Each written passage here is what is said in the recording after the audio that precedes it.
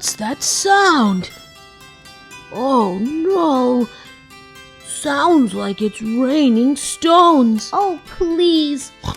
Don't tell me you haven't heard how popcorn sounds when it is heated. Easy, pig.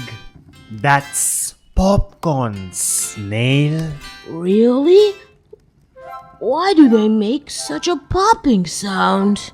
Each kernel of corn has a drop of water inside.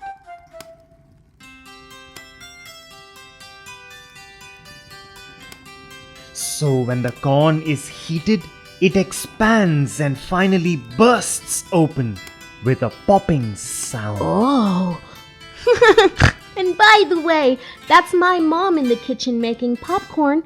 It's not stones raining outside. oh.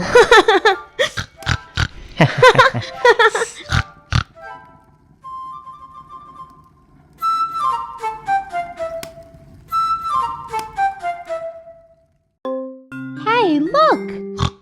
I have apples for a snack today. Sounds yummy. But hey, they don't look yummy.